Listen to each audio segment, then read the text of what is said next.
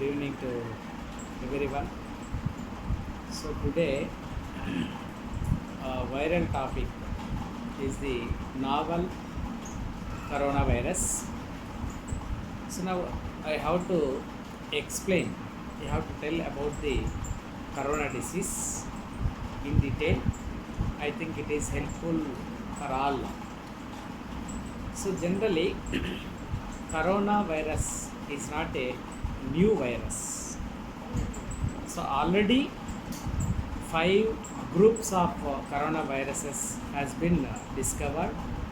They are the SARS, MERS, etc.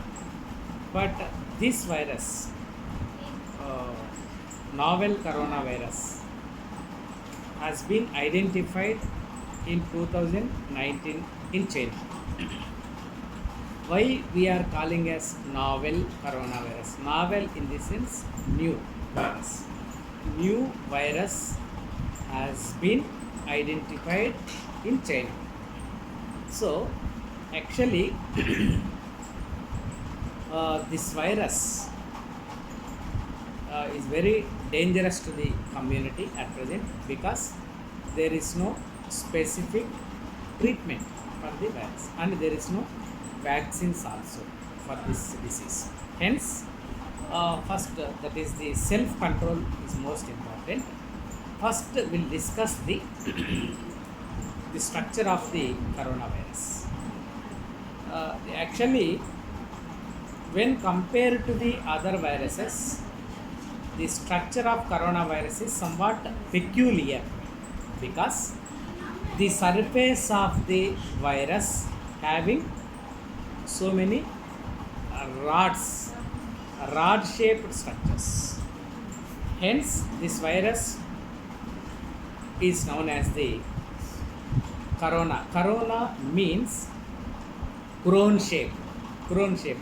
In Telugu, what we can say, kiritamu. So this crown, the surface of the virus having number of rods. So with the help of these rod-like structures, the virus easily penetrate into the host cells. Host cells are nothing but so those the persons are susceptible to this disease. In that cells, these viruses are easily penetrated with the help of these rod-shaped structures. So, and also the weight of the virus is somewhat larger than the other viruses. So that's why. So we can discuss one by one in stepwise. So actually, the coronavirus I have to discuss in 4 steps here. The first one is introduction of the virus. Second one is mode of transmission. Third one is signs and symptoms of the disease. Next one, control and preventive measures of the corona disease. And another most important one is the nutritional aspects of the corona disease. So first one is introduction. Already I told. So actually, just pathogenesis we have to discuss here. Pathogenesis. So generally, if the diseased person, that means those who are susceptible, that is already the coronavirus has been entered into their body. They are called as the corona disease patients or susceptible persons. So, are infected persons. So, whenever the infected person or corona diseased person, when cough or sneeze, during their cough or sneezing, some millions of viruses are comes out in the form of the water droplets. So actually it is not a airborne disease because the weight of the coronavirus is somewhat larger than the other viruses. That's why this is only droplet infection. So whenever the diseased person can sneeze or cough, so at that time so many droplets will comes out. These infected droplets may fall on the any object, object in the sense any format or any material, whatever it may be object. So that object is considered as a infected object.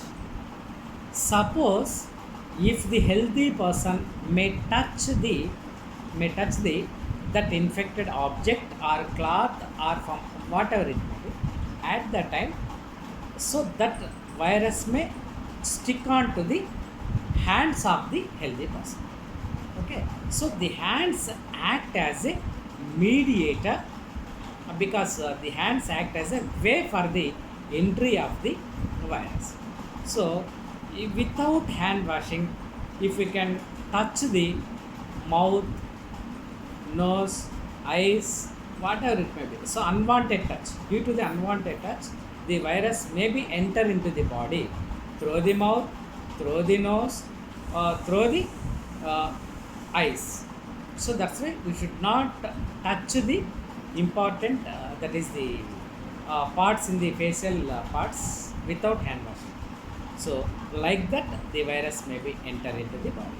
So soon after enter into the body, so the virus can take some period for the replication, that is nothing but a incubation period. So the incubation period is varies, because it is a recent invented virus. That's why there is no specific so studies, to research studies to support this incubation period. But anyhow, so the maybe average incubation period is 14 to 21 days. So during this period, the virus enter into the lungs. In the lungs, the virus undergoes the replication. Replication means the one virus will split into the two into the four into the 8, like that it can multiply. That is the replication of the virus. So in the lung tissue, whenever the virus can be replicated, some millions of viruses formed in the lungs. So these viruses can damage the parenchymatous cells of the lungs, soft tissues of the lungs, so that there will be a damage in the lungs. That damage is nothing but a injury. So this injury causes the inflammation. So the inflammation leads to the rising of the temperature. That is nothing but a fever. So like that, fever is the symptom of the corona disease. And another one is, whenever the soft tissues are damaged with the lungs, so that the soft tissues will comes out and creates the cough. So generally, cough is a protective mechanism in the lungs.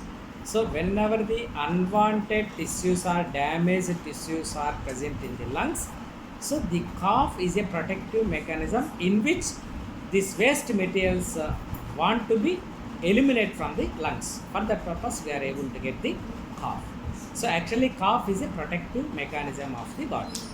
So, and the third one is, whenever all the damaged tissues are accumulated in the small tubules or alveoli of the lungs, that leads to the respiratory problem. That is nothing but a shortness of the breath. So the lung volume and lung capacity may be decreased, hence very difficult to breathe. That is a breathing problems may occur. So these are the general signs and symptoms. What are the general symptoms? This is the just a brief pathogenesis of the corona.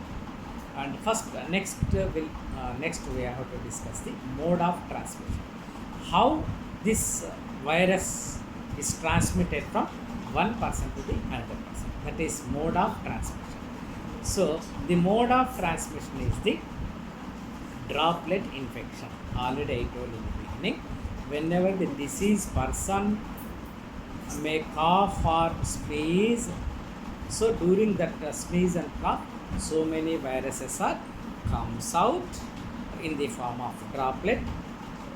With the help of the droplets, if any healthy person may touch the infected material, at that time the virus may be enter into the body of the healthy persons. That is nothing but a mode of transmission. So actually, it is not a airborne disease, but anyhow, we have to use the masks for the prevention of the entry of the virus into the humans. Okay, that's why we know very well. All of us we are using the masks. So any mask, whatever it may be, not only the need of the surgical mask or like that. Any available mask we have to cover the mouth and nose. So to prevent the entry of the virus. So this is the mode of transmission. Next will comes to the signs and symptoms of the corona disease. So we know very well. So that is signs, and that is nothing but a fever, cough, and shortness of breath or breathing problem. So in addition to these three, so actually the fever, cough, and breathing problems may occur in the other influenza infections also. But in addition to these three symptoms, the diseased person may also get the headache and body pains, general weakness. So all these are the general signs and symptoms of the disease. But so next one is the control and preventive measures of the corona disease. So how we are able to control the disease? Generally, already in the beginning, already I told, there is no specific treatment for the viruses. Not only this virus, other viruses also. But so that's why self-control and by utilization of the other control and preventive measures only, we are able to prevent the entry of the virus and also the spread of the disease. The first preventive measure is maintains the personal hygiene. That is, the personal hygiene is most important. So in the environment or atmosphere, so many microorganisms like bacteria, viruses, fungi, protozoans, like that, so many microorganisms are present in the environment. They are always try to enter into our body. In similar way, the coronavirus also try to enter into the host, or host is nothing but ourselves. So it also try, but we are providing the way for the entry of the viruses. We are responsible for the providing them, because our hands act as a mediators for the entry of the virus. That's why we have to maintain the personal hygiene. So in addition to the personal hygiene, frequent hand washing is the most important for the control of this disease. Because frequent hand washing, what I am doing? Generally hand washing we are doing two times. That means, so before eating of any food items or after usage of the sanitary utensils only we are doing the hand washing.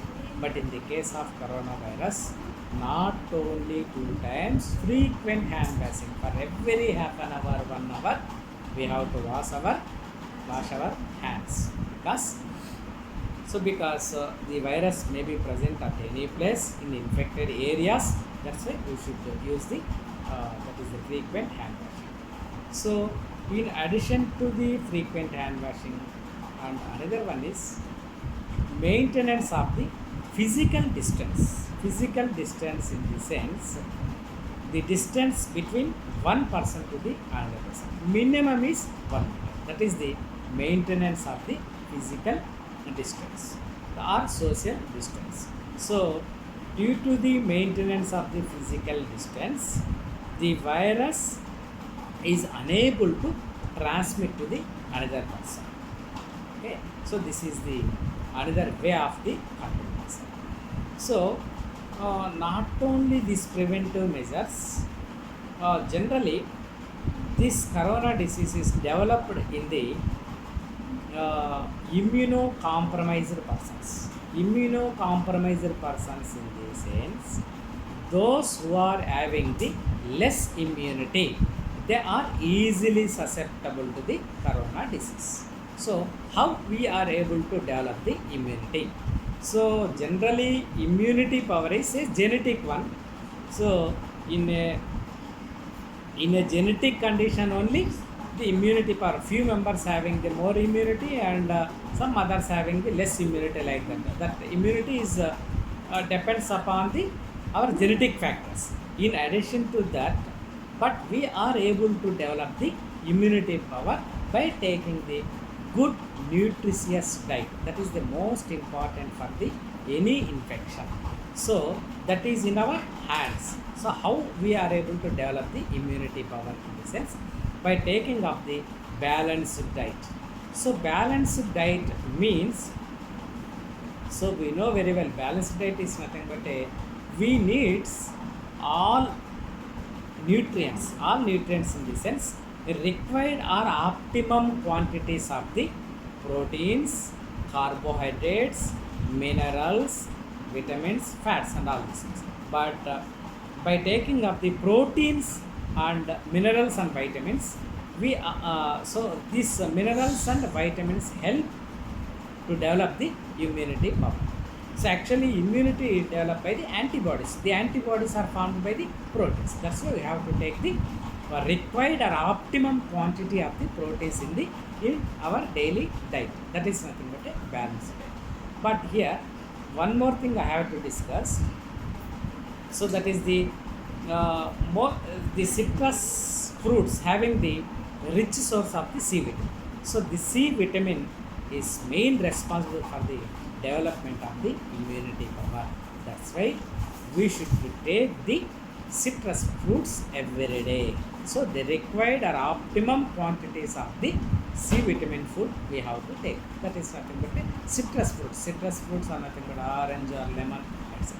So these fruits having the rich source of the C vitamin, because the C vitamin is involved in the, that is healing of the damaged tissues, healing mechanism. The C vitamin is utilized. That's why we should take the required quantities of the C vitamin. So in the citrus fruits, not only the C vitamin, they are also having the antioxidants. So the antioxidants are also takes a very great role in the development of the antibodies or immunity.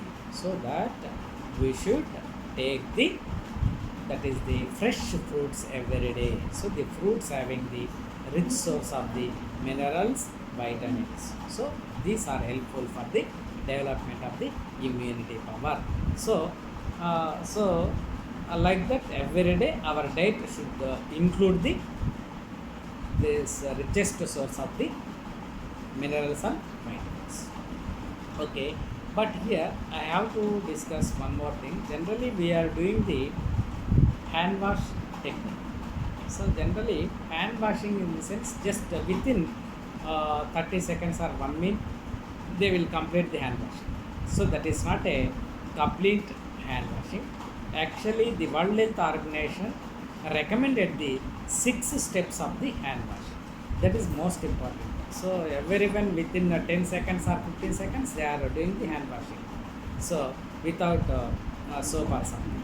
But in a systematic way, we have to do the hand washing. So actually the hand washing can prevent the 80% of the infections. So that's why generally majority of the infections, not only coronavirus, majority of the infections will be controlled and prevented by the proper hand washing. So I have to tell about the hand washing techniques. 6 steps I can explain. So actually first the hand washing, first you have to soak with water. So moisten, the hands will be moistened by water, and next rub the soap. So after that we are able to get the foam. So that so hand washing first technique is the front of the hands and middle of the fingers. Front of the palms and middle of the fingers. Like that, we have to, so like that. Not backward direction, always frontward direction. Like this. Okay. So each step we have to do for 10 times. Each step. What I told already, 6 steps have been recommended by the World Health Organization. So that is the front of the palm in between the fingers. That is the first step. Second step is back of the palm. So like this, both hands. How many times? 10 times. So each step is the 10 times. First one, second, and third step is the tip of the fingers. So actually the tip of the fingers under the nail, there will be so many viruses residing in that, so that we have to kill that germs under the nail. So that's why we have to use the third step.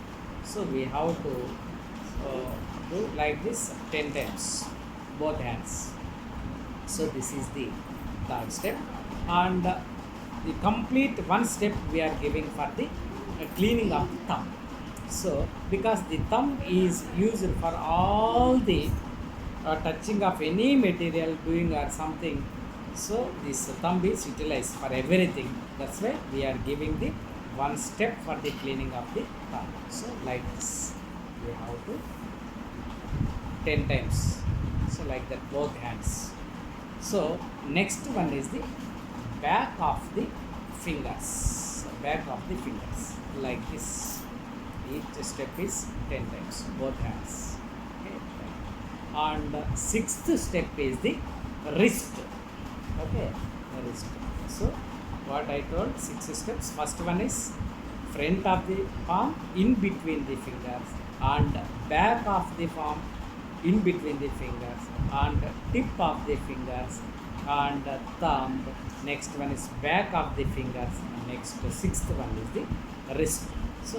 So like that, we have to do the hand washing by using the 6 steps.